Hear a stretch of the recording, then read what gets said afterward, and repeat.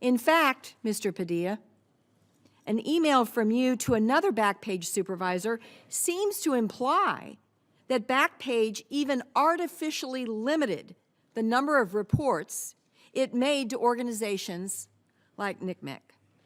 You stated, and I quote, in this email, "If we don't want to blow past 500 reports this month, we shouldn't be doing more than 16 a day."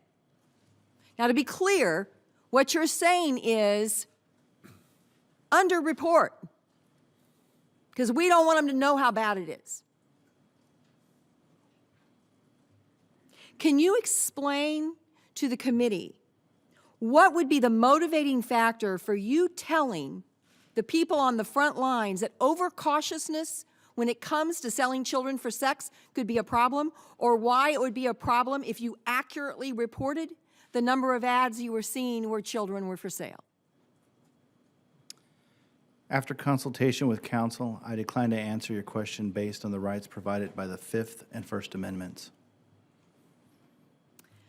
Similarly, in an email to Mr. Farrar regarding the term, quote, Amber Alert, end of quote, in Backpage ads, you stated, quote, "I've actually seen that before and we've edited it out."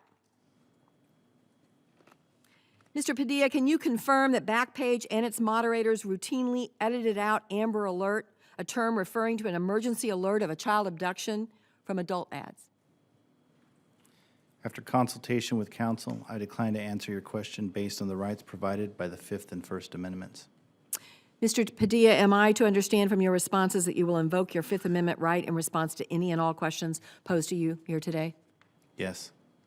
Let the record reflect that you have availed yourself of the privileges afforded you under the Constitution, under the Fifth Amendment, to not give testimony that might tend to incriminate you. The subcommittee respects your constitutional right under the Fifth Amendment to decline to answer the questions, and you're excused from the witness table. Thank you, Mr. Chairman. Given these communications, Mr. Lacey, do you admit that illegal behavior forms the cornerstone of user activity on Backpage? After consultation with counsel, I decline to answer your question based on the rights provided by the First and Fifth Amendment. Mr. Lacey, do you acknowledge today for the record that child sex trafficking is a serious problem on Backpage?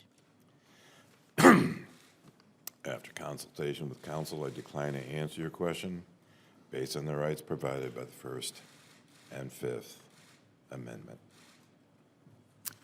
In February of 2012, for example, when a moderator asked if she could delete an ad based on a parent reporting that her missing underage daughter had been forced into prostitution, Mr. Padilla stated, and I quote, "Yeah, I think that's doing enough. We don't always want to remove ads based on user complaints, but she isn't being dramatic."